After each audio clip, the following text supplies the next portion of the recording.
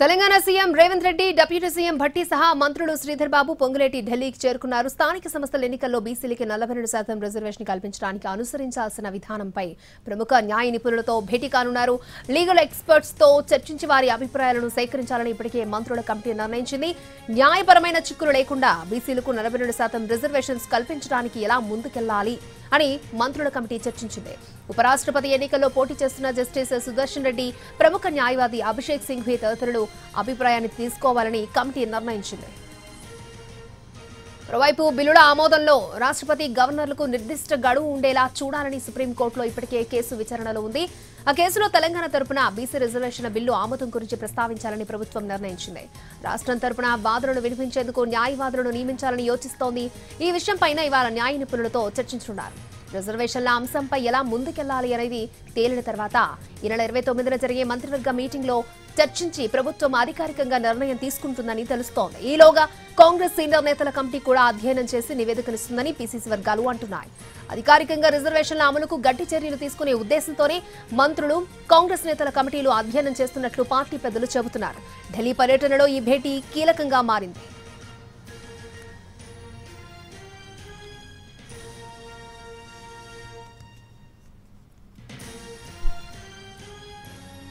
ఢిల్లీ పర్యటన తర్వాత రేపు సీఎం బీహార్ కు వెళ్లి అక్కడ రాహుల్ గాంధీ చేపట్టిన పాదయాత్రలో పాల్గొంటారని సమాచారం.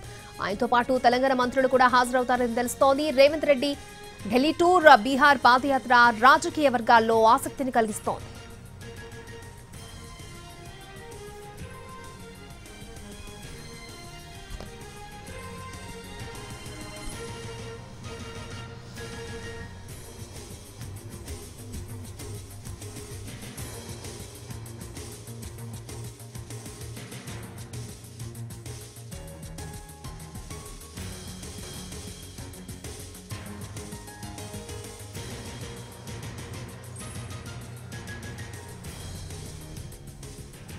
Telangana CM Revanth Reddy, deputy CM Bhatti సహా మంత్రులు శ్రీధర్ బాబు, పొంగులేటి ఢిల్లీకి చేరుకున్నారు. రైట్, సీఎం సహా మంత్రుల ఢిల్లీ టూర్ కి సంబంధించి మరిన్ని అప్డేట్స్ మా ప్రతినిధి రాజు మనకి అందించడానికి రెడీగా ఉన్నారు. రాజు. అక్షయ, తెలంగాణలో బీసీ రిజర్వేషన్ల అమలుకు సంబంధించినటువంటి అంశం మరోసారి ఢిల్లీకి చేరుకుందని చెప్పుకోవచ్చు. కొద్దిసేపటి క్రితమే తెలంగాణ ముఖ్యమంత్రి రేవంత్ రెడ్డి, డిప్యూటీ సీఎం భట్టి విక్రమార్క, మంత్రులు శ్రీధర్ బాబు, పొంగులేటి వీళ్ళందరూ కూడా ఢిల్లీకి చేరుకున్నారు. మరికొద్ది సేపట్లో అంటే ఏదైతే లీగల్ అడ్వైజ్ తీసుకునే అవకాశం కనిపిస్తుంది. ఎందుకంటే తెలంగాణకు సంబంధించి ఇప్పటికే క్యాబినెట్ నిర్ణయం తీసుకున్న తర్వాత అసెంబ్లీలో పెట్టారు. అసెంబ్లీలో 2 బిల్స్ను కూడా ఆమోదించి గవర్నర్ ద్వారా రాష్ట్రపతి వద్దకు పంపించారు. అయితే దీనికి సంబంధించి ఇప్పటి వరకు కూడా అంటే 5 నెలలు గడుస్తున్నా తాము పంపించినటువంటి బిల్లు అనేది వెనక్కి పంపలేదు, లేదంటే దీని పైన ఆమోదం కూడా జరగలేదు. సో ఖచ్చితంగా ఈ అంశం పైన ఇంకా ఎటువంటి ఆలోచనలు చేయొచ్చు అనే దాని మీద ప్రస్తుతం అటు తెలంగాణ ప్రభుత్వం కనిపిస్తుంది. దీనికి సంబంధించి అంటే ముఖ్యంగా ఇంత అర్జెంట్ ఎందుకు అంటే ఏదైతే స్థానిక సంస్థల ఎన్నికలు అనేటివి సెప్టెంబర్ నెలాఖరు నాటికి పూర్తి చేయాల్సిన అవసరం ఉంది. సో దానికి అనుగుణంగా 1-2 రోజుల్లో దీనికి సంబంధించి కీలక నిర్ణయం తీసుకుంటే ఆ తర్వాత దీనికి సంబంధించి ఎన్నికల కమిషన్కి చెప్తే ఎన్నికల కమిషన్ ఇక ఆ స్థానిక సంస్థల ఎన్నికలకు సంబంధించినటువంటి ప్రాసెస్ మొదలు పెట్టే అవకాశం ఉంటుంది. కానీ ఇప్పటి వరకు ఏ విధంగానైతే రాష్ట్ర ప్రభుత్వం పంపించినటువంటి ఈ ఎన్నికలకు సంబంధించినటువంటి అంశాల్లో రిజర్వేషన్లకు సంబంధించినటువంటి బిల్లు కేంద్రం వద్ద పెండింగ్ ఉంది. సో దీనికి సంబంధించి ఇప్పటికే గతంలో పార్లమెంట్లో పెద్ద ఎత్తున ఆందోళన చేసిన, జంతర్ మంతర్లో ఆందోళన చేసిన కేంద్రం మాత్రం స్పందించలేదు. సో ఇప్పుడున్నటువంటి ప్రత్యామ్నాయ మార్గాలేంటి అంటే కేంద్రంపై ఒత్తిడి తేవడం కానీ, లేదంటే రాష్ట్రపతి వద్ద పెండింగ్లో ఉన్నటువంటి ఈ బిల్లును సాధించేటటువంటి అంశాలు ఏంటి అనే దాని మీద తెలంగాణ ప్రభుత్వం ఇప్పటికే కీలకంగా ఆలోచిస్తుంది. ఒకవైపు కాంగ్రెస్ పొలిటికల్ అడ్వైజరీ కమిటీలో 2 రోజుల క్రితమే కొన్ని కీలక నిర్ణయాలు తీసుకున్నారు. మంత్రులతో ఒక ప్రత్యేకమైనటువంటి కమిటీ వేయడమే కాకుండా కాంగ్రెస్ పార్టీకి సంబంధించినటువంటి సీనియర్ నేతలు కూడా దీనిపై స్టడీ చేస్తున్నారు. సో ఇక సుప్రీంకోర్టుకు ఆశ్రయించడం ద్వారా దీనికి సంబంధించినటువంటి ఏదైనా ఒక నిర్ణయం ప్రభుత్వానికి అనుకూలంగా వస్తుందనే ఆలోచనతో రాష్ట్ర ప్రభుత్వం కనిపిస్తుంది. ఎందుకంటే గవర్నర్ వద్ద కానీ లేదంటే రాష్ట్రపతి వద్ద కానీ ఎక్కువ రోజులు పెండింగ్ ఉంచుకోకుండా ఒక నిర్ణీత గడువు అనేది ఉండాల్సినటువంటి అవసరం ఉందనే అభిప్రాయాన్ని రాష్ట్ర ప్రభుత్వం పదే పదే చెప్తున్నటువంటి పరిస్థితి కనిపిస్తుంది. సో 5 నెలలు గడుస్తున్నా ఇప్పటి వరకు ఈ బీసీ రిజర్వేషన్లకు సంబంధించినటువంటి బిల్స్ విషయంలో రాష్ట్రపతి ఎటువంటి నిర్ణయం తీసుకోకపోవడం వల్ల ఇప్పుడు రాష్ట్ర ప్రభుత్వం స్థానిక సంస్థల ఎన్నికలకు సంబంధించి ముందడుగు వేసే పరిస్థితి లేదు.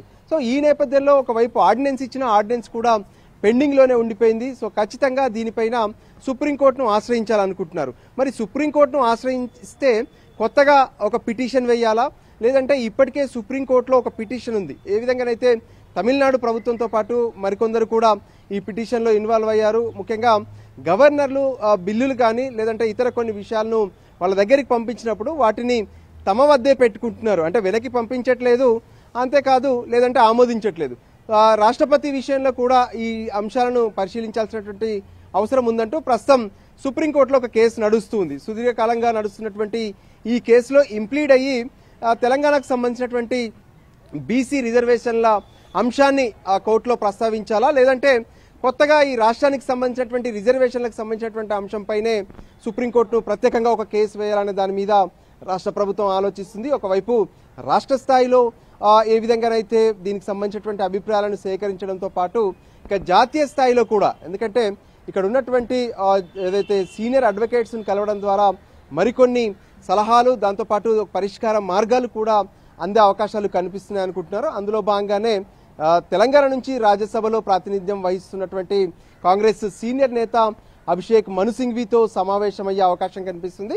ఈ సమావేశంలో తెలంగాణ ముఖ్యమంత్రి రేవంత్ రెడ్డి, ఉప ముఖ్యమంత్రి బట్టి విక్రమార్కలు కూడా ఉంటారు. మిగతా మంత్రులు కూడా హాజరయ్యే అవకాశం కనిపిస్తుంది. ఎందుకంటే తెలంగాణలో ఇప్పుడున్నటువంటి ఈ బీసీ రిజర్వేషన్ల అంశాన్ని ఏ విధంగా ముందుకు తీసుకెళ్లాలనే దానిపైనే ప్రధానంగా ఫోకస్ పెడుతున్నారు.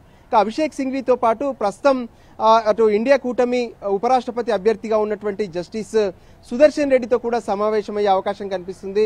ఆ తర్వాత ఇద్దరి సలహాలు తీసుకున్న తర్వాతనే ఇక మిగతా కార్యాచరణను, అంటే సుప్రీంకోర్టులో ప్రస్తుతం ఉన్నటువంటి కేసులో ఇంప్లీడ్ అవ్వాలా, లేదంటే కొత్తగా పిటిషన్ వేయాలా. నిజంగా కొత్తగా కేసు వేస్తే అది లిస్ట్ అవ్వడానికి కొంత సమయం పడుతుంది. ఆ తర్వాత మళ్ళీ టేబుల్ అవ్వడం, అదంతా కొంత ప్రాసెస్ పట్టే అవకాశం కనిపిస్తుంది. కాబట్టి ఏ విధంగా ముందుకెళ్లాలి అనుకున్నటువంటి, అంటే హైకోర్టు ఇచ్చినటువంటి గడువు లోపల ఈ స్థానిక సంస్థల ఎన్నికలను నిర్వహించాలనేటువంటి ఆలోచనతో రాష్ట్ర ప్రభుత్వం కనిపిస్తుంది. అందుకోసమే ఢిల్లీ స్థాయిలో దీనికి సంబంధించినటువంటి సమాలోచనలు చేసే అవకాశం కనిపిస్తుంది.